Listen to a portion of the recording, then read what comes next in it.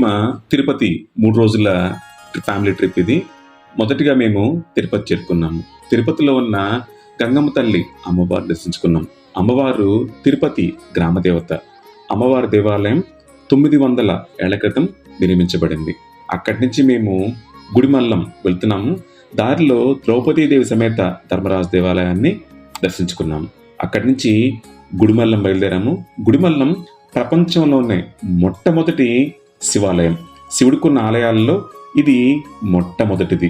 తప్పకుండా మనం దర్శించవలసిన ఆలయాల్లో ఇది ఉంటుంది. ఇక్కడి నుంచి మేము నారాయణవనం బయలుదేరాము. ఇక్కడ సాక్షాత్తు వెంకటేశ్వర స్వామి వారికి, పద్మావతి అమ్మవారికి కళ్యాణమైన ప్రదేశం. ఆకాశరాజు గారి స్వస్థలం. ఇక్కడ అయ్యవారికి అమ్మవారికి కళ్యాణమైంది. ఇక్కడే ఉన్న స్వరకాయ స్వామి వారిని దర్శించుకున్నాం. అక్కడి నుంచి మేము తిరుత్తని బయలుదేరాం. సుబ్రహ్మణ్య స్వామి వారికి ఉన్న 6 ప్రధానమైన దేవాలయాల్లో తిరుత్తని 4వ స్థానంలో ఉంటుంది.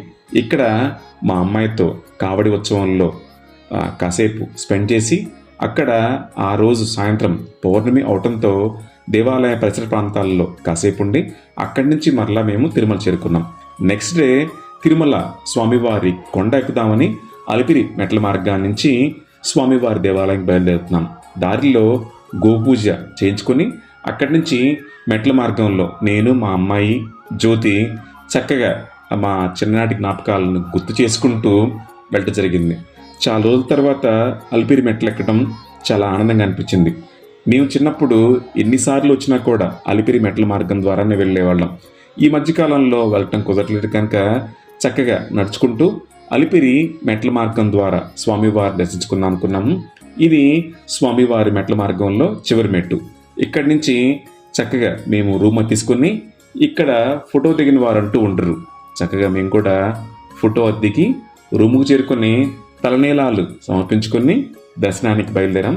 అదే రోజు సాయంత్రం 6 గంటలకి దర్శనం అవటంతో మేము దర్శనం చేసుకొని అక్కడే రెస్ట్ చేసుకొని మరుసటి రోజు తిరుమలలో ఉన్న మాడవీధుల్ని దర్శించుకున్నాం. తిరుమల మాడవీధుల్లో ఎన్నో సుప్రసిద్ధమైన దేవాలయాలు ఉన్నాయి.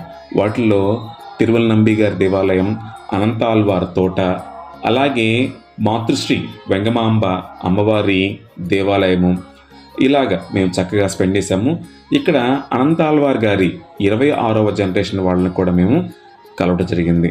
పక్కనే మాతృశ్రీ వెంగమాంబ ధ్యాన మందిరాన్ని నిర్మించారు కొత్తగా. అక్కడ అమ్మవారి దర్శనం చేసుకున్నాం.